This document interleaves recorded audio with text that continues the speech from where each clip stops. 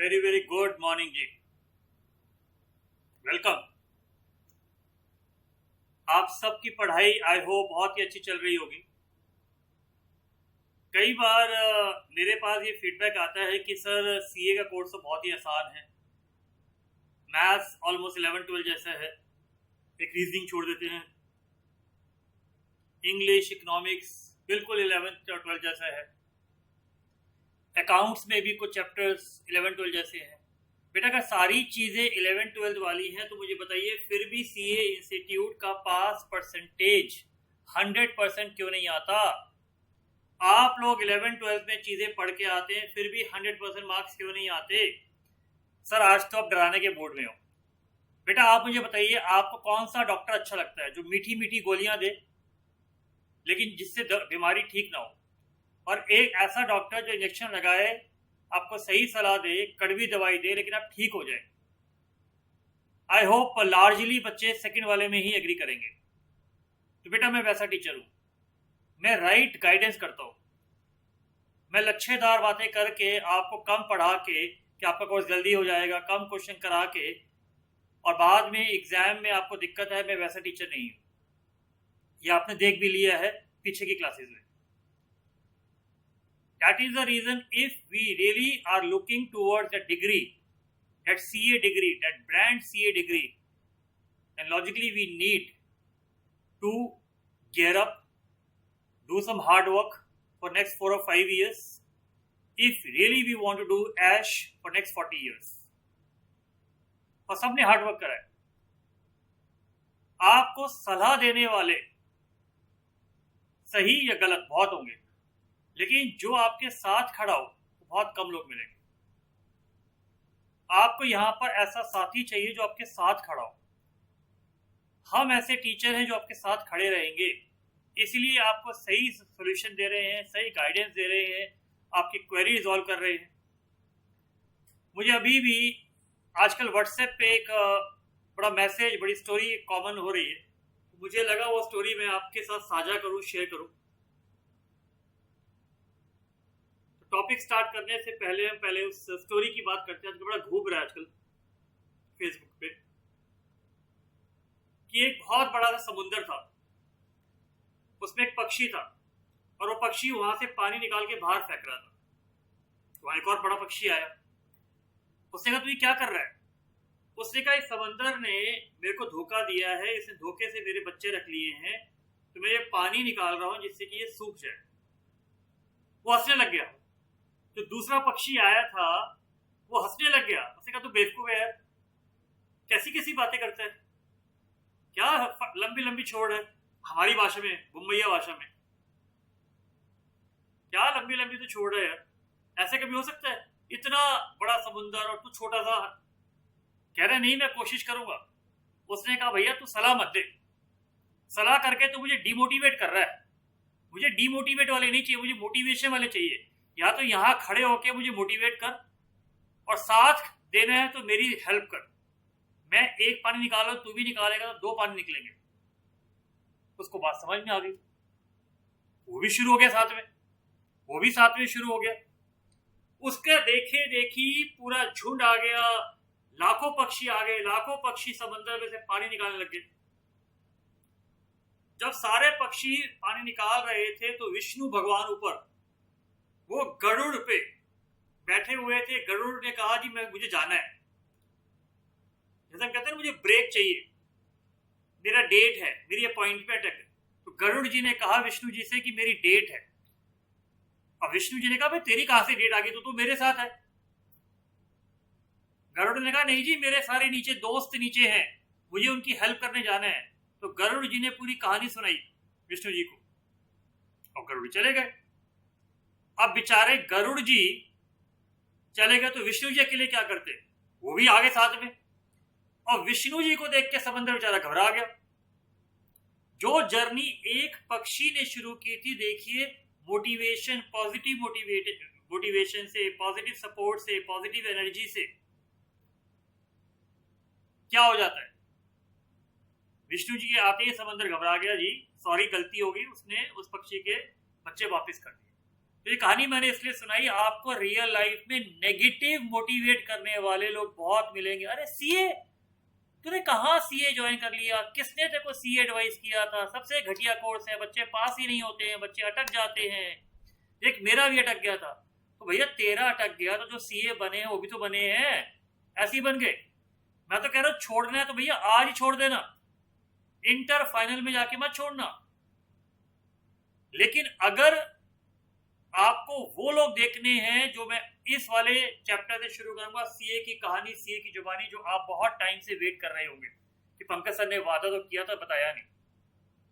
अगर आप real life CA की तरह बनना चाहते हैं, उनसे सुनना चाहते हैं, तो भैया मोटिवेशन लेके आओ। एक माचिस की तिल्ली में इतनी बड़ी तिल्ली होती है, छोटी सी ब्लैक हेड सब कुछ जला देती है। इसका मतलब एक छोटा सा नेगेटिव थॉट आपकी पूरी पॉजिटिव एनर्जी को खराब कर देगा। लोग डांटने दो, कोई दिक्कत ही नहीं है। हमें मेहनत करनी है, हमें हार्डवर्क करना है। और आप सीए या तो आप किसी पे फेवर नहीं कर रहे, सीए बनेंगे खुद बनेंगे, पैसे आपको मिलेंगे, नाम आपको मिलेगा, शायद आपको देख के आपके पेरेंट्स खुश हो जाए। सो आई होप ये बात आपको आज समझ में आई हो, और इसी पॉजिटिव एनर्जी से आज की क्लास हम शुरू करते हैं। तो आज की क्लास ध्यान रखना, मैं आज आपको एक और कविता और एक शेर सुनाता हूं। ये मैंने खुद लिखी थी, करम बड़ा है भाग्य से, करम बड़ा है भाग्य से, ऐसा मेरा विश्वास, मेहनत करने वाले को मिलता है हमेशा पुरस्कार। लोग कहते हैं सर मेरी किस्मत नहीं थी, तो आपने गूगल या फेसबुक पे सुना होगा, भैया किस्मत तो उनकी भी होती है जिनके हाथ नहीं होते। तो उनकी हाथों की लकीरें कहां गई? हार्डवर्क, मेहनत करना है।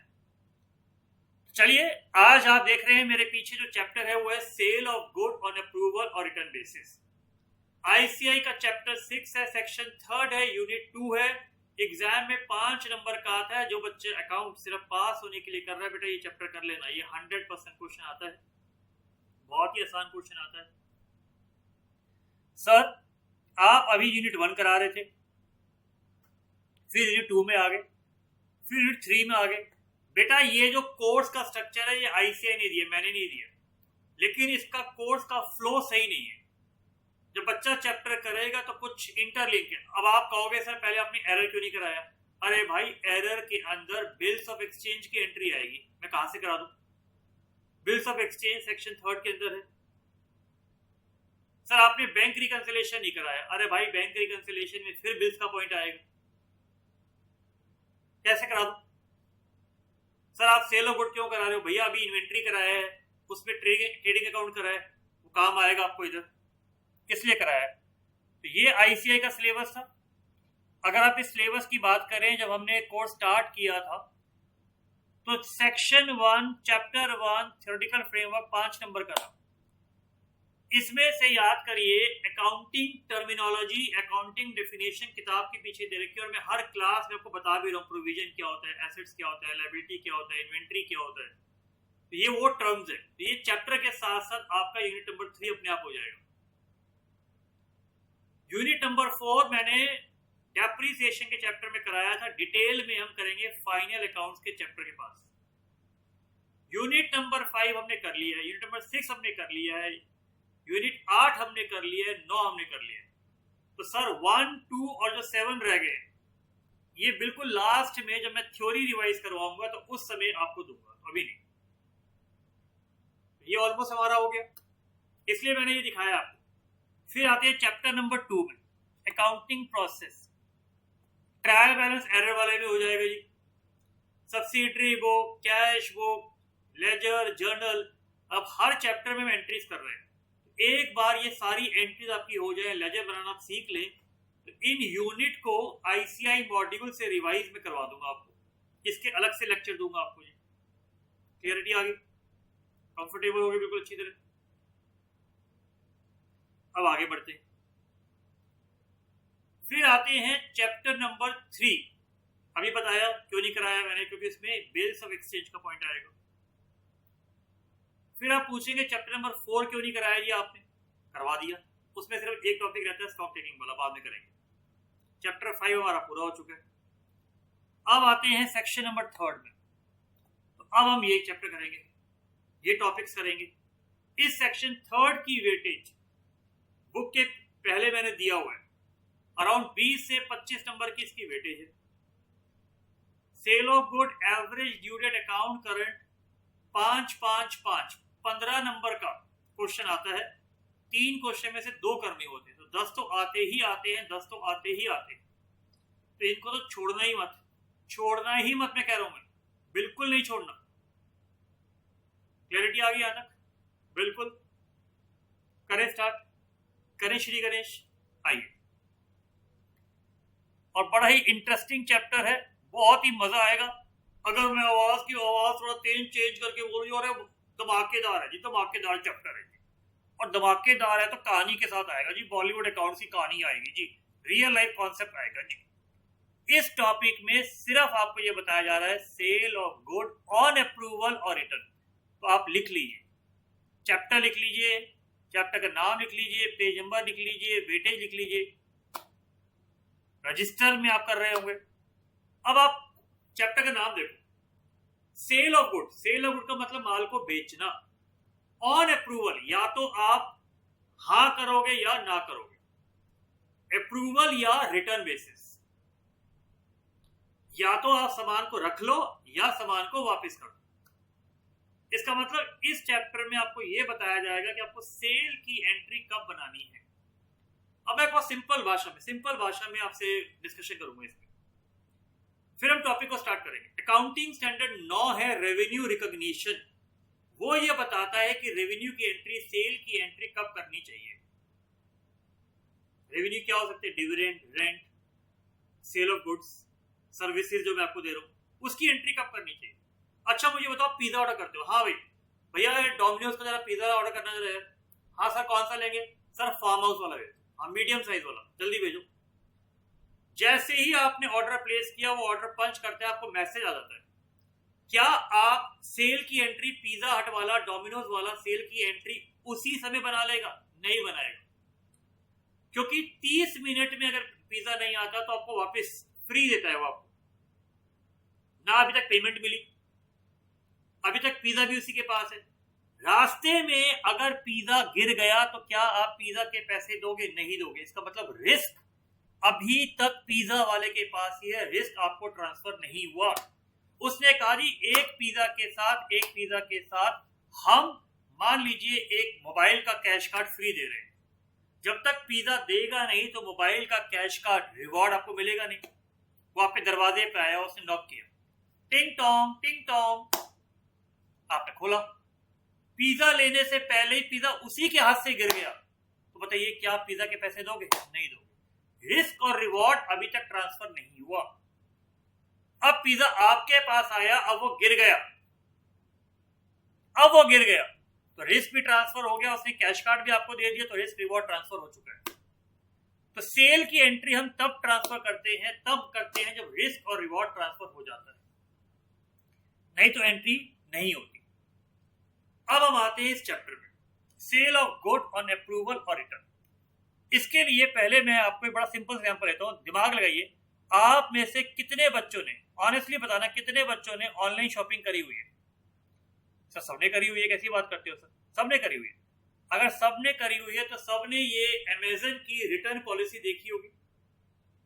क्या होती है बताओ जी? सर इसमें ये होता है कि अगर आपको सामान पसंद नहीं आए तो आप सामान वापस कर दो। अमेज़न वाला सामान लेके आता है, हम पेमेंट कर देते हैं, तो रिस्क और रिवॉर्ड ट्रांसफर हो गया, तो अमेज़न ने एंट्री बना ली होगी। बिल्कुल ठीक है जी। कैश की एंट्री अगर आप क्रेडिट कार्ड से कर रहे हो, इंस्टॉलमेंट पे कर रहे हो, तो उधार की एंट्री बना लेगा। बिल्कुल, यू राइट। लेकिन 30 दिन में अगर आपने सामान वापस कर दिया तो बताइए वो सेल की एंट्री को हटाएगा? बोलो हाँ या ना। हटाने का मतलब रबड़ करेगा, हटाने का मतलब इरेज करेगा, बोलो हाँ या ना। करेगा। अगर हटाएगा, इरेज करेगा रबड़ से, अकाउंट्स में इरेज करने का मतलब होता है एंट्री को रिवर्स करना। सेल की एंट्री मैंने बताई थी होती है कैश टू सेल, रिवर्स करोगे sale to cash. Debtor to sale, reverse करोगे सेल टू डेटर। लेकिन मुझे बताइए अमेजन पूरे एक दिन में, बता दो एक दिन में क्या सिर्फ एक सामान बेचता होगा? नहीं, अमेजन तो पूरी दुनिया में सामान बेचता है। सबका रिटर्न का टाइम अलग अलग होगा। किसी का 10 दिन होगा, किसी का 15 दिन होगा, किसी का 12 दिन होगा। कोई यूएस में रात को कर रहा है, कोई यूके में अलग दिन में कर रहा है। तो बेटा अगर ऐसे ही डेली बेसिस पे एंट्री हम रिवर्स करने लगे तो अकाउंटेंट पागल हो जाएगा। अकाउंटेंट पागल हो जाएगा। तो अकाउंटेंट क्या करते हैं? अकाउंटेंट करते हैं कि भैया अप्रैल का माल मई में अप्रूव हो जाएगा, मई का जून में अप्रूव हो जाएगा, जून का जुलाई में अप्रूव हो जाएगा, दिसंबर का जनवरी में हो जाएगा, जनवरी का फरवरी में हो जाएगा, फरवरी का मार्च में हो जाएगा। तो वो क्या करते हैं, पूरे साल की सेल ले लेते हैं। मान लीजिए पूरे साल में हमने 1000 आइटम बेचे, 1000 आइटम की एंट्री बनाई डेटा टू सेल। वो मार्च में 31 मार्च में पूछ लेते हैं कि इस 1000 में से बता दो, इस 1000 में से बता दो कितने लोगों ने सामान वापस किया। मान लीजिए 20 लोगों ने सामान वापस किया, तो आप 20 लोगों की सेल रिटर्न की एंट्री पास कर दो। बताओ वो ज्यादा आसान है? ज्यादा आसान है। तो जब ट्रांजैक्शन कम होती है, जब ट्रांजैक्शन फ्यू होती है, फ्यू, तो हम क्या करते हैं, हम इमीडिएटली सेल की एंट्री पास कर लेते हैं और साल के एंड में चेक करते हैं कि एक्चुअली में सामान वापस करना है या नहीं करना है। क्लैरिटी आई यहाँ तक? और उसके हिसाब से हम एंट्री को रिवर्स करते हैं। एक और एग्जांपल लेते हैं। मेरी क्लास में 100 बच्चे हैं, 2 बच्चे आए और 2 बच्चों ने कहा कि सर हमें ट्रायल लेना है। हमने कहा ले ले भाई। मैंने अपने कोचिंग वाले को कहा जी 100 बच्चों की एंट्री बना ले। उसने कहा सर 2 बच्चे तो अभी ट्रायल पे हैं। मैंने कहा मुझे विश्वास है ये बच्चे कहीं नहीं जाएंगे, अगर जाएंगे भी हम 2 की एंट्री वापस कर लेंगे, कोई दिक्कत नहीं। लेकिन अगर ये उल्टा होता, 100 बच्चों में से 98 बच्चे कहते हैं हमें ट्रायल लेना है, तो बताइए 2 एंट्री रिवर्स करना आसान है, 98 एंट्री करना आसान है? 2 एंट्री। जब ट्रांजैक्शन फ्यू होती है तो सेल की एंट्री हम पहले बना लेते हैं। जब ट्रांजैक्शन ज्यादा होती है, लार्ज होती है, न्यूमरस होती है, तो उस केस में हम रुक जाते हैं। हम कहते हैं भैया एंट्री हम बाद में बना देंगे। कब? जब अप्रूवल मिल जाएगा। तो कौन सा मेथड लगाना है ये आपकी चॉइस है, ये आपकी चॉइस है। देखिए अमेजन की रिटर्न पॉलिसी अगर मैं पढ़ूं, most item purchase from seller listed Amazon are returnable within the return window. Within the return window का क्या मतलब है? अगर 10 दिन का टाइम है, आप 11वें दिन में वापस करोगे तो वापस लेगा? नहीं लेगा, नहीं लेगा। आपने सामान तोड़ के दिया तो वापस लेगा? नहीं लेगा। आपने मेल लिख दिया, उनके फीडबैक फॉर्म पे लिख दिया, आपने खुशी खुशी उनको एसएमएस कर दिया, व्हाट्सएप कर दिया कि सर सामान अच्छा है, तो क्या अब वापस लेगा? नहीं लेगा, नहीं लेगा, नहीं लेगा। इसीलिए मैंने आपको पहले रियल लाइफ का केस दिखाया है कि आपको एक चीज समझ में आए। देखिए रिटर्न विल बी प्रोसेस्ड, ध्यान से पढ़ना ये point, return will be processed if it is determined that product was not damaged while in your possession। इसका मतलब प्रोडक्ट को आपने यूज करके तोड़ा नहीं है, शर्ट पहन ली कलर लगा दिया, मोबाइल पे स्क्रैच कर दिए, ये सेल ऑफ गुड एक्ट 1930 की condition. Product is not different from what was shipped. आपको मोबाइल दिया गया एप्पल का, आपने सोनी का वापस कर दिया। Product is return in the original condition, उसी डब्बे में पैक करके वापस करोगे आप, with in the same time period वापस करोगे। क्लैरिटी आई यहाँ तक? तो इस टॉपिक में मैंने इसलिए इतनी कहानी सुनाई, इसलिए कहानी सुनाई कि भैया आपको चीज समझ में आए। सेल ऑफ गुड एक्ट की अपने को कंडीशन करनी है। एक एग्जांपल लेता हूं। मेरा एक दोस्त था, उसको किसी लड़की से प्यार हो गया। वो मम्मी के पास गया और मम्मी को बोला मम्मी शादी की तैयारी कर लो, 50% बात रेडी है। मम्मी ने कहा 50% बात रेडी। अच्छा, कौन लड़की है, कौन है मेरी बहू? लड़के ने कहा 50% मेरी तरफ से तैयार है, मेरी तरफ से एग्रीड है। लड़की ने भी हाँ नहीं करी है, लड़की ने भी हाँ नहीं करी है। मैं लड़की को 15 दिन का टाइम देके आया हूं कि हाँ कर देना, ना कर देना, नहीं तो 16वें दिन हम घोड़ी लेके आएंगे, घोड़ी लेके बारात लेके आ जाएंगे। तो बताइए, अगर 15 दिन तक लड़की ने हाँ या ना नहीं करी तो हम तो अप्रूवल मान लेंगे ना। यही अमेजन में होता है, 15 डेज का टाइम था, रिटर्न नहीं करोगे तो उसके बाद वापस नहीं होगा।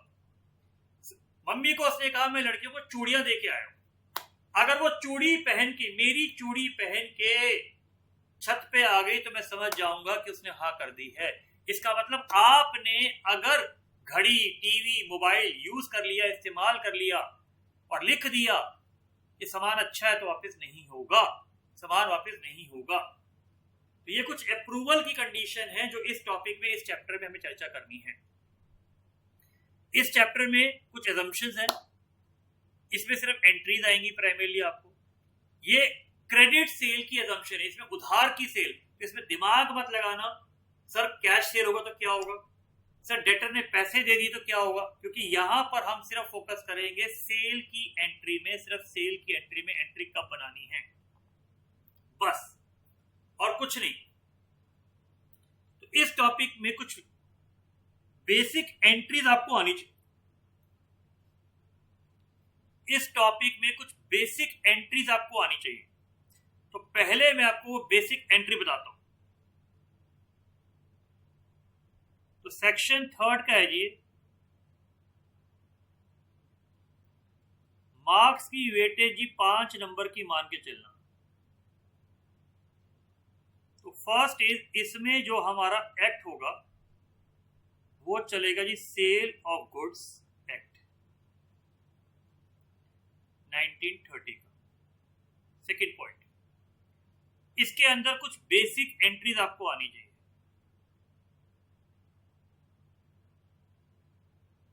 बेसिक एंट्रीज उनके लिए जो नॉन कॉमर्स वाले हैं। एक, कि अगर क्रेडिट सेल है तो क्रेडिट सेल की एंट्री होती है debit the receiver, increase in asset is debited, debtor customer. Companies act 2013 में इसे ट्रेड रिसीवेबल भी कहते हैं। आप एग्जाम में जब तक कुछ नहीं लिखा है आप ट्रेड रिसीवेबल ही यूज करना, क्योंकि सीए इंस्टीट्यूट ने वही यूज करा हुआ है। तो सेल से कहो, credit what goes out, increase in asset is debited. Sales return या return inward,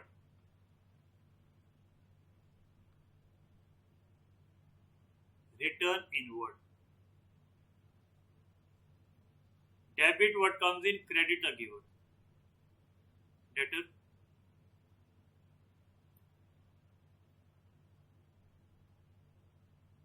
customer and trade receivable को मैं TR यूज करूंगा जी अभी।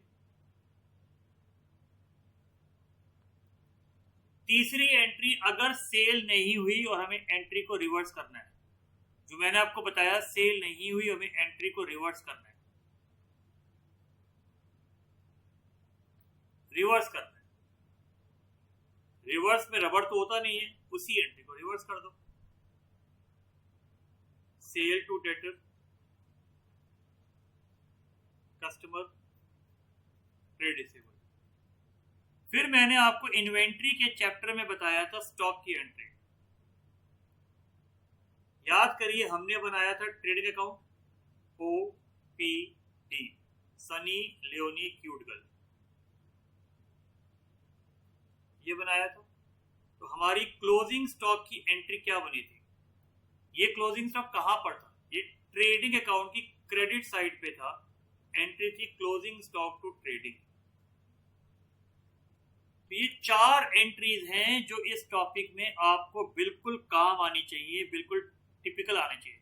जो बच्चे कहते हैं सर ने पहले एंट्री नहीं बताई, बेटा मैं पहले एंट्री करा के आपको करता क्या? एंट्री में आपको वो कराऊंगा ना चैप्टर में काम आएंगे। डेप्रिसिएशन में थी तो मैंने आपको साथ साथ डेप्रिसिएशन की एंट्री बता दी।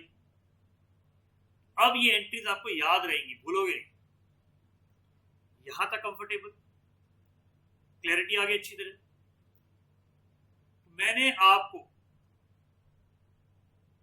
एग्जाम्पल ले लिया अमेज़न का, ये बता दिया कि इस चैप्टर में करना क्या है, हमें ये बताना है कि एंट्री कब होगी, एंट्री कब होगी। मैंने आपको ये बता दिया अगर सामान वापस आएगा तो एंट्री रिवर्स हो जाएगी। या तो आप एंट्री सामान भेजते वक्त बना लें या अप्रूवल के वक्त बना लें, ऑप्शन। ट्रांजैक्शन कम होती है तो हम एंट्री बनाते हैं जब हमने सामान बेचा। ट्रांजैक्शन ज्यादा होती है तो हम एंट्री तब बनाते हैं जब हमें अप्रूवल मिल जाता है। उसकी चर्चा बाद में करेंगे। मेनली एंट्रीज वाला क्वेश्चन है, मेनली उधार वाला क्वेश्चन है, उधार की एंट्री दी जाएंगी आपको। इसको हम आगे बढ़ाते हैं, जरा चर्चा को आगे बढ़ाते हैं। इतना आपने लिख लिया होगा। इसी चर्चा को जब मैं आगे बढ़ाऊं, देखिए एक छोटा सा मैंने आपके लिए वीडियो बनाया हुआ है। My students, which chapter we are doing? We are doing sales of good on return and approval. I have just told you इसमें क्या है। आप अगर ऑनलाइन अप्लाई करते हैं फ्लिपकार्ट में, अमेज़न में, तो वो क्या होता है, वो आपको बैक की गारंटी देते हैं कि अगर आपको सामान पसंद नहीं आए तो वापस कर दीजिएगा। एग्जैक्टली देखिए, मैं आपको एक वीडियो दिखा रहा हूँ। एक मूवी आई थी डियर जिंदगी, उसमें आलिया भट्ट ईबे में कुछ सामान ऑर्डर करती हैं, फिर उन्हें वो सामान मिलता है। अगर वो सामान उन्हें पसंद नहीं आया तो क्या होगा, उस सामान को वो वापस कर देते हैं। तो इस पूरे चैप्टर में हमें सिर्फ ये सीखना है कि अल्टीमेटली फ्लिपकार्ट या अमेज़न के अगर आप सीए हैं तो वो एंट्री कब बनाए। सामान भेजते वक्त बनाए, एक ऑप्शन। उसमें दिक्कत क्या आएगी कि अगर सामान वापस आ गया तो उनको सेल की एंट्री रिवर्स करनी पड़ेगी। दूसरी ऑप्शन क्या है, बताइए दूसरी ऑप्शन क्या है, कि भाई वेट कर लो, जब अप्रूवल का पीरियड, जो 30 दिन का 7 डेज का जो अप्रूवल का पीरियड है वो खत्म हो जाए, उसके बाद आप एंट्री बनाए। तो हम उस कॉन्सेप्ट को आज यहां पर डिस्कस करें।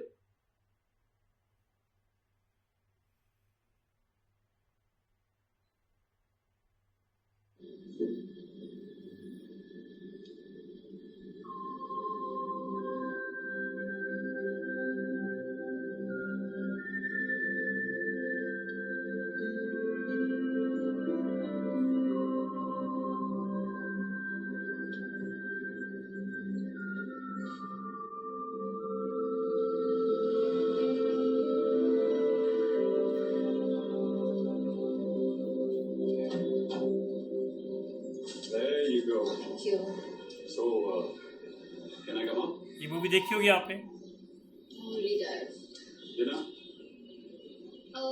आज बिजी हूँ, मैं आज हूँ।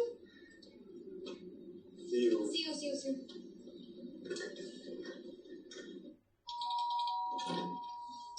अलका, कितनी मोटी हो गई हो? हाँ दीदी। फ्लाइट कैसी थी? रबिश। अरे रबिश? दीदी ये सब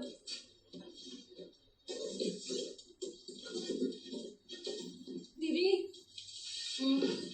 मम्मी का ऑलरेडी 3 बार फोन आ चुका है। अब आपने देखा, इन्होंने ऑर्डर प्लेस किया, सामान अब आया। अगर ये सामान टूटा फूटा होता तो ये वापस कर सकती है विद इन टाइम पीरियड, तो सेल रिटर्न की एंट्री बना लेगा। ईबे वाला उसे सेल की एंट्री बनाई होगी और रिटर्न की एंट्री बना लेगा। अब आप कहोगे सही, तो नॉर्मल चैप्टर है, तो हम ये चैप्टर क्यों कर रहे हैं? बेटा ये चैप्टर इसलिए कर रहे हैं, अगर ये सेल हुई होती 20 मार्च को, 21 मार्च को, और दिन होते 20 दिन, तो बेटा अप्रूवल मिलता अप्रैल में।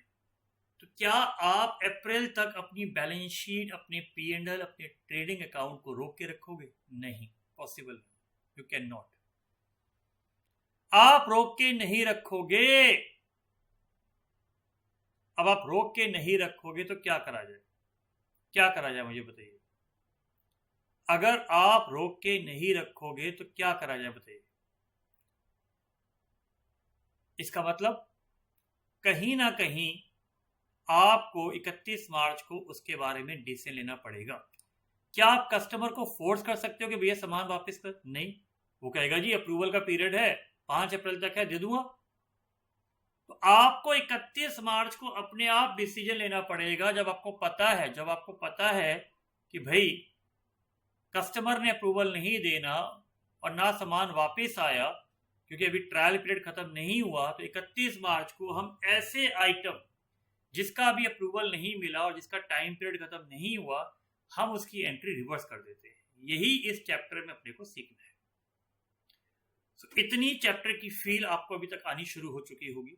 अभी तक मैंने कॉन्सेप्ट स्टार्ट नहीं किया, मैंने सिर्फ ये बताया चैप्टर का क्या नाम है, कितने मार्क्स की वेटेज है, एग्जाम में हमेशा आता है, एंट्रीज वाला क्वेश्चन है, क्रेडिट सेल वाला क्वेश्चन है, बेसिक एंट्रीज मैंने आपको करा दी, आपको रिटर्न पॉलिसी के बारे में बता दिया, आपको ये बता दिया कि हम अप्रूवल कब मानेंगे, अप्रूवल मतलब सेल कब मानेंगे, जब सामान के बारे में हाँ मिल जाए, जब टाइम पीरियड खत्म हो जाए, जब हमने टाइम सामान को वापस नहीं किया टाइम पीरियड खत्म होने के बाद। अब इसी टॉपिक को जरा हम आगे बढ़ाते हैं और हम आते हैं अपने कॉन्सेप्ट पे, जो आपको पता है पंकज सर का है बॉलीवुड अकाउंट्स। अगर हम बॉलीवुड अकाउंट्स वाले कॉन्सेप्ट पे आते हैं, इस कॉन्सेप्ट पे आते हैं, जरा ध्यान से समझते हैं, ठीक है। Sale of good on approval और return basis, ICAI chapter 6 section 3 unit 2, marks weightage up to 5 marks.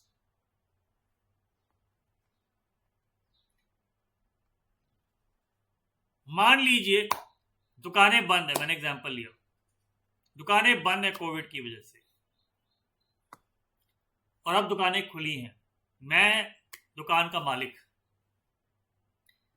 Wait कर रहा हूं, भगवान कोई अच्छा सा कस्टमर भेज दो, बोनी नहीं हुई बड़े दिनों से, मालिक कोई कस्टमर भेज दो। तो हम सोच रहे हैं बड़े दिनों से बोनी नहीं हुई, कोई ऐसे अच्छे चेहरे भेज दो, कोई अच्छा सा कस्टमर भेज दो।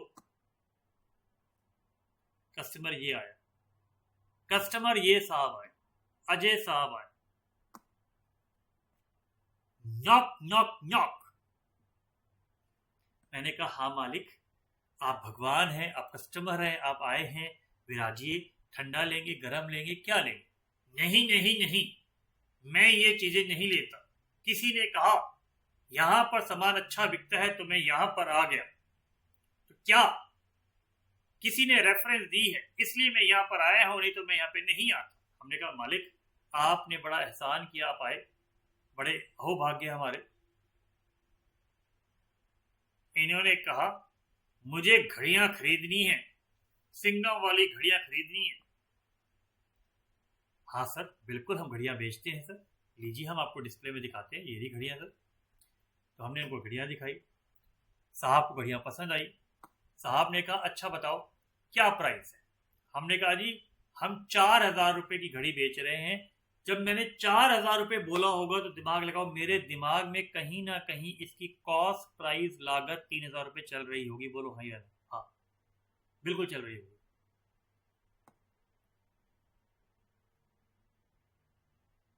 तो मैंने कहा 3,000 की घड़ी 4 में बेच रहा हूं, 1,000 का प्रॉफिट, 1/4 ऑन सेल्स। ये दिमाग में चल रहा होगा मेरे। एक डाउट है, किसी ने मुझे यहां रेफर किया इसलिए मैं आया हूं। मैं तुम्हें ट्रस्ट नहीं करता, मैं ये घड़ियां जाके पहले ट्राई करूंगा और फिर पैसे दूंगा। बोलो हाँ या ना? हमने कहा हाँ सर कोई दिक्कत नहीं, वैसे भी कोविड ने मार रखी है, कोई दिक्कत नहीं है सर, कोई दिक्कत नहीं है, आप घड़ी ले जाइए सर, कोई दिक्कत नहीं, आप घड़ी ले जाइए, आप घड़ी ले जाइए। 15 दिन का मैं आपको टाइम पीरियड दे रहा हूं। 15 दिन तक अगर आपने घड़ी वापस कर दी तो वापस ले लेंगे, नहीं तो सेल मान लेंगे। अगर आपने घड़ी तोड़ दी तो हम सेल मान लेंगे, अगर आपने हाँ कर दिया तो हम सेल मान लेंगे। तो कहा ठीक है, एग्रीड। तो 15 दिन के अंदर अगर आपने अप्रूवल या गुड्स वापस कर दिए तो वापस लेंगे, अदरवाइज वापस नहीं लेंगे। ये 3 कंडीशंस होती हैं जो सेल ऑफ गुड एक्ट 1930 में लिखा है, जो मैं आपको बार बार कह रहा हूं। टाइम खत्म होना, तोड़ देना या हाँ कर देना। When he signifies the approval, when he does act of adopting the transaction, when he retains the goods without giving notice of rejection। Customer को रिटेलर भी कहा जाता है। अभी तक आई होप खून में धीरे धीरे दौड़ना शुरू हो गया होगा। बड़ा आसान चैप्टर है, बड़े प्यार तरीके से करा रहा हूं। 18 मार्च को हमने सामान बेचा, हमने घड़ियां बेची, हमने मान लीजिए 10 घड़ियां बेची, 10 घड़ी 10 इंटू 4,000, 40,000 की घड़ी बेची। एंट्री क्या बनेगी? इसने कैश नहीं दिया, उधार, और मैंने कहा भी था इस चैप्टर में उधार मानेंगे हम। एंट्री बनेगी customer account debit to sale, Ajay account debit to sale. बोलो हाँ या ना? बनेगी। अब 18 मार्च में जरा 15 दिन लगा लो, 18 छोड़ देना क्योंकि 18 का सुबह है शाम मुझे नहीं पता, तो 13 दिन मार्च के और 2 दिन अप्रैल के। तो 2 अप्रैल तक अगर इसने सामान वापस कर दिया तो मैं वापस ले लूंगा, नहीं तो मैं 3 अप्रैल को इसको सेल मार लूंगा। एग्री करते हो ये बात?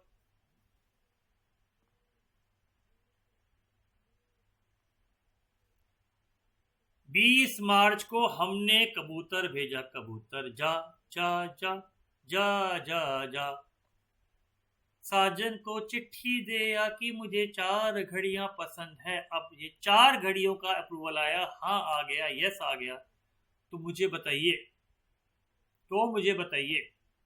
जब 4 घड़ियों का अप्रूवल आ गया, 4 घड़ियों का अप्रूवल आ गया,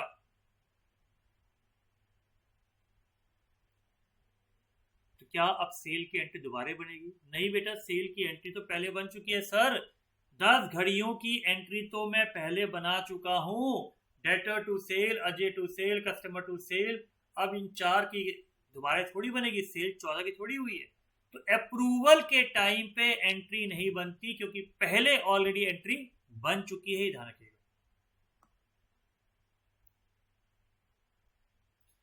24 मार्च को माजा सटकली, उन्होंने कहा 2 घड़ियां वापिस थी, 2 घड़ियां बेकार थी, 2 घड़ियां बेकार थी, वापिस ले लो। इन्होंने 2 घड़ियां वापिस कर दी।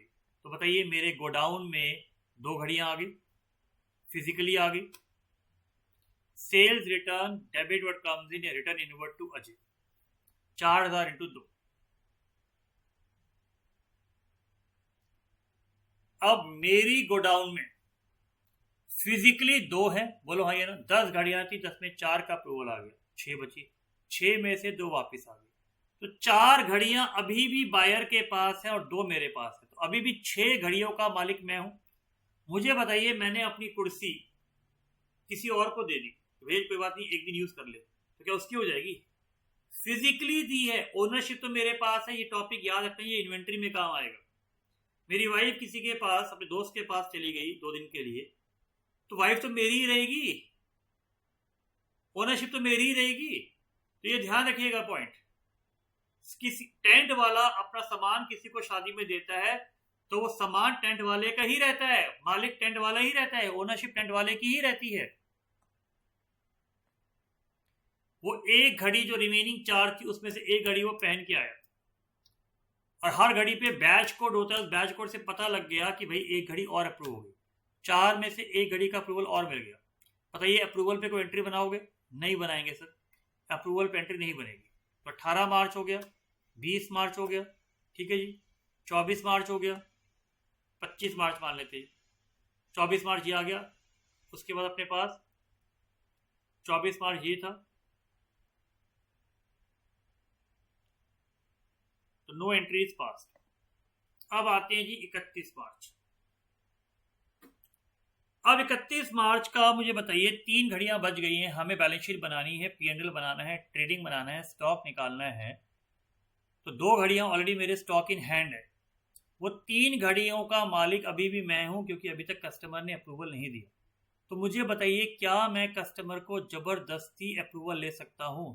नहीं ले सकता। No, I can not take the approval, not possible, I can not. मैं फोर्स भी नहीं कर सकता, वो देगा भी नहीं। तो ऐसे केसेस में उन 3 घड़ियों की हम सेल की एंट्री रिवर्स कर देते हैं। अब आपका डाउट आएगा, सर रिवर्स क्यों कर रहे हो? बेटा क्योंकि सामने वाले ने अप्रूवल नहीं दिया। आप वेट कर लो। बेटा वेट मैं कैसे करूंगा? क्या एक कस्टमर थोड़ी है, ऐसे अमेजन के पास लाखों कस्टमर होंगे, सबका टाइम पीरियड अलग अलग होगा। तो क्या अमेजन सबके लिए अलग अलग बैलेंस शीट बनाएगा क्या? नहीं।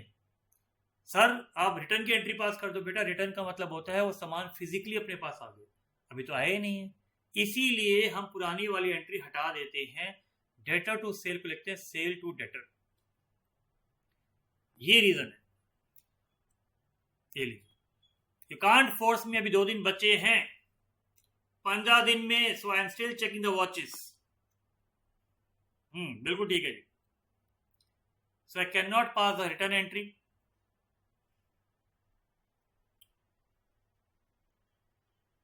सीए वाला दिमाग लगाओ,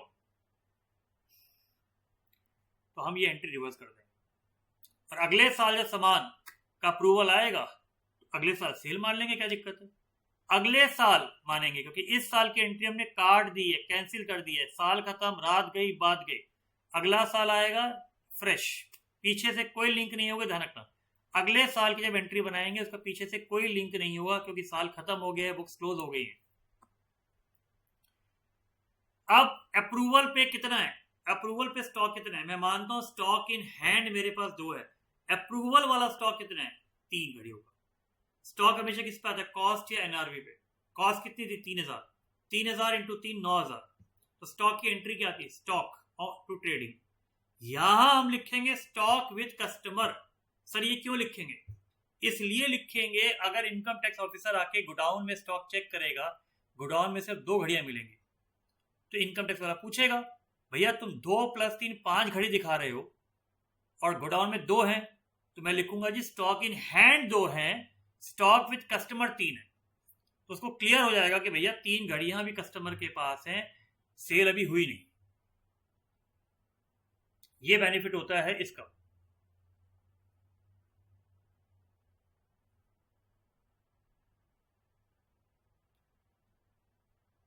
सेल की एंट्री क्लियर होगी, रिवर्स की entry clear. Stock inventory, companies act 2013 में इन्वेंट्री वाला शब्द है। As goods are not approved, 3 watches का मालिक भी मैं हूं, so I will show in my balance sheet a stock with customer on approval.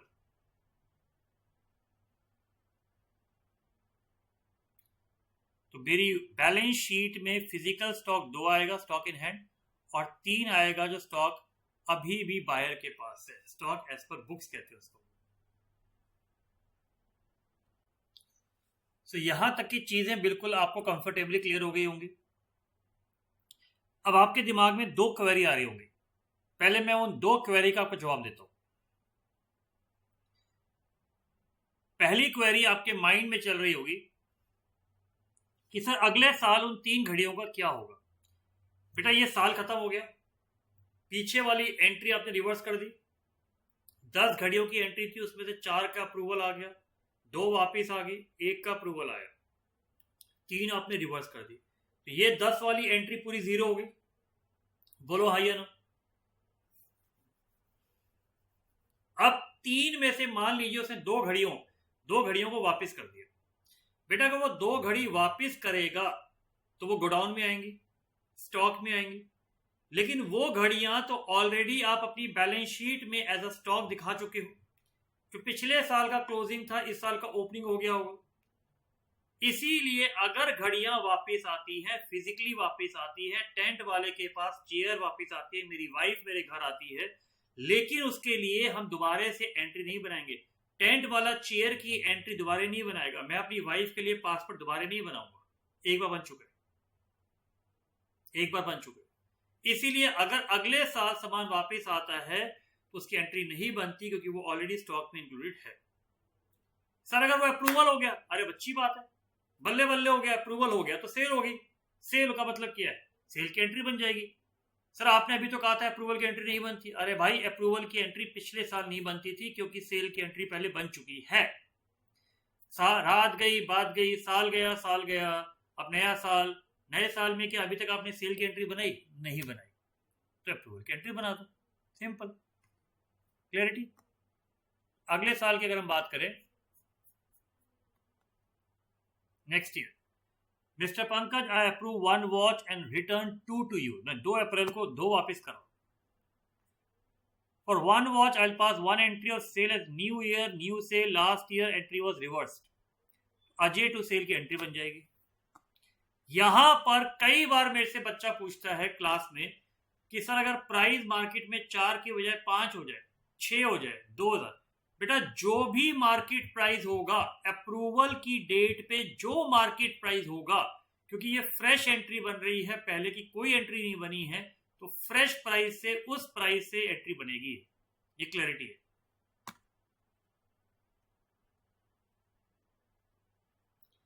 Return के लिए कोई एंट्री नहीं बनेगी, एज ऑलरेडी 2 स्टॉक की एंट्री हम बना चुके हैं और हम ऑलरेडी ओपनिंग स्टॉक को बैलेंस ब्रॉट डाउन लिख चुके हैं, इसलिए बैलेंस ब्रॉट डाउन की ओपनिंग बैलेंस की दोबारा से एंट्री नहीं बनती। ये मैंने एग्जांपल क्यों लिया कि अगर 4 मेंबर मेरी किताबों में हैं और 2 मेंबर 3 मेंबर कहीं चले गए, तो मेरी किताबों में तो अभी भी 4 ही रहेंगे। फिजिकली जाने से बुक्स में चेंज नहीं होता, इसलिए मैंने ये एग्जांपल लिया जो आपको समझ में आना चाहिए। क्लैरिटी आ गई यहां तक? चलो, अब इसमें एक और कॉन्सेप्ट मान लीजिए, इसमें जो एक कॉन्सेप्ट बन सकता है, अगर अप्रूवल की डेट पे मुझे बताओ, अप्रूवल की डेट पे हमने अभी तक एंट्री क्यों नहीं बनाई थी, मुझे बताओ। सर क्योंकि एंट्री पहले बन चुकी थी। वेरी गुड बेटा, अगर अप्रूवल की डेट पे प्राइस चेंज हो जाए तो क्या होगा? अगर अप्रूवल की डेट पे प्राइस चेंजेस, मान लीजिए 4000 था, अप्रूवल पे 5000 हो गया, या हो सकता है प्राइस 3500 हो जाए, तो प्राइस कम हो जाए, प्राइस बढ़ जाए, प्राइस सेम रहे, ये तो हमने कर लिया, एंट्री नहीं बनेगी। सर कोई एग्जांपल बताओ। बेटा मैं एग्जांपल बड़ा रियल लाइफ का लेता हूं। मुझे बताओ, मार्केट में कुछ ऐसे प्रोडक्ट होते हैं जिसका प्राइस डेली बेसिस पे चेंज होता है, मिनटों में चेंज होता है, सेकंड्स में चेंज होता है। सर शेयर्स, कमोडिटी होता है चना, सिल्वर, गोल्ड, जिंक, कॉपर, इनकी भी ट्रेडिंग होती है। एक्सपोर्ट इंपोर्ट में बड़ा काम आता है। करेंसीज, तो मेरे घर में मैं एग्जांपल हूं, मेरी ज्वेलरी, एक मेरा फ्रेंड है, बल्कि मुझे कहना चाहिए स्टूडेंट कम फ्रेंड है, वहां से आती है। अब मुझे कभी अपनी वाइफ को अगर कुछ देना है तो मैं वहां से ज्वेलरी ले आता हूं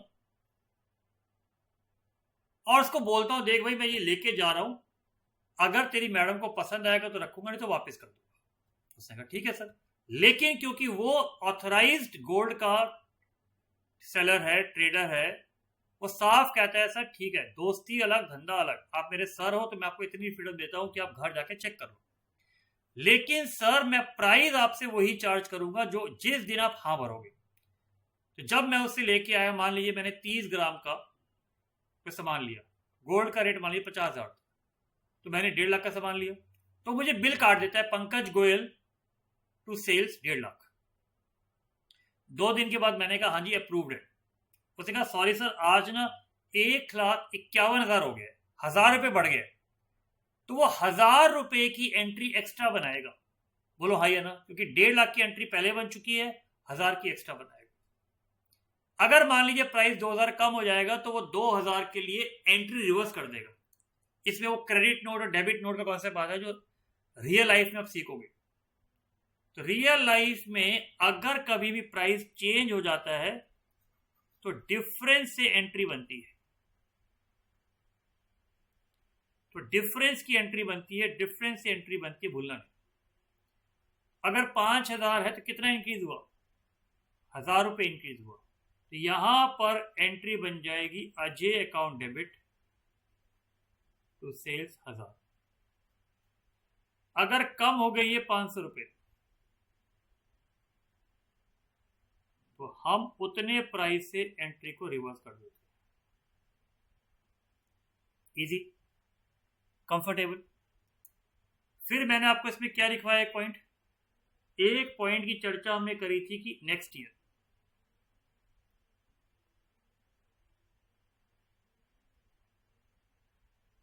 ईयर, या तो अप्रूवल होगा या रिटर्न होगा, रिटर्न पे कोई एंट्री नहीं क्योंकि फिजिकली वो गोडाउन में आ जाएंगे। अप्रूवल के केस में नॉर्मल एंट्री आ जाएगी, customer account debit to sales. Comfortable, clarity अच्छी तरह, बिल्कुल। तो हमने ये सारे पॉइंट कवर कर लिए। अब आपके मन में होगा तो मैं सारी कहानी भी एक बार, पूरी कहानी भी आपको कॉन्सेप्ट की फॉर्म में लिखवा देता हूँ।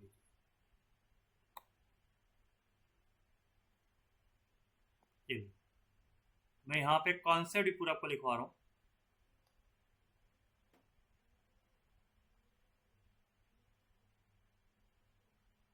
वॉचेस का dealer Pankaj Goyal is seller, Ajay is buyer, right. Total घड़ियां 10 बेची थी, कॉस्ट प्राइस 3000 था पर यूनिट, सेलिंग प्राइस था 4000। यहां से घड़ियां गई तो मैं अब डेट के लिए भी एक नंबर लाइन बना लेता हूं। लीजिए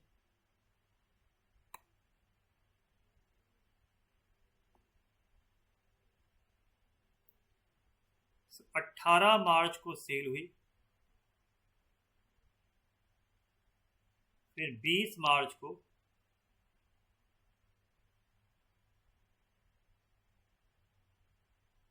कबूतर आया, अप्रूवल 4 का अप्रूवल, फिर 24 मार्च को 2 वापस एंड 1 का अप्रूवल आया था जब वो पहन के आया था। बारी आती है जी 31 मार्च की। हम बारी करते हैं जी 31 मार्च की बात।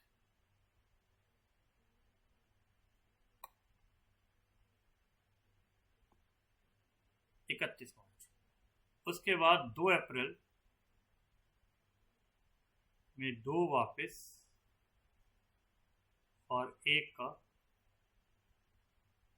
Approve.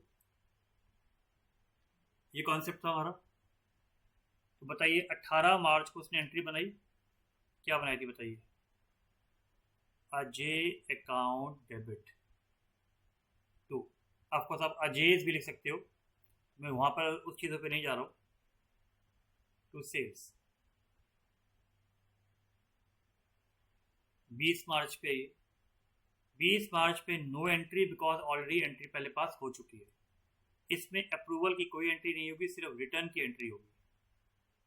Cell return to Ajay.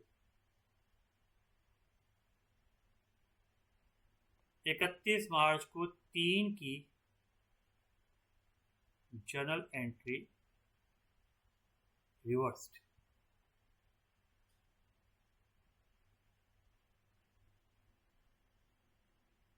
Cell to Ajay plus stock या inventory with customer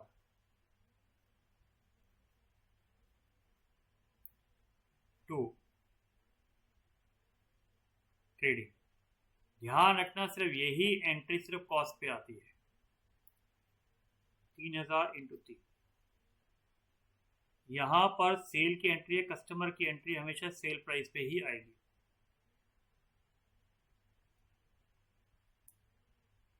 next year एक घड़ी की एंट्री बनेगी अजय टू सेल्स 1 इंटू 4000। तो पूरा कॉन्सेप्ट आपने अच्छी तरह लिख लिया होगा, कॉपी कर लीजिए, रिलैक्स होकर देख लीजिए, जल्दी से रिवाइज करिए कॉन्सेप्ट को, फिर हम लोग आगे चलेंगे।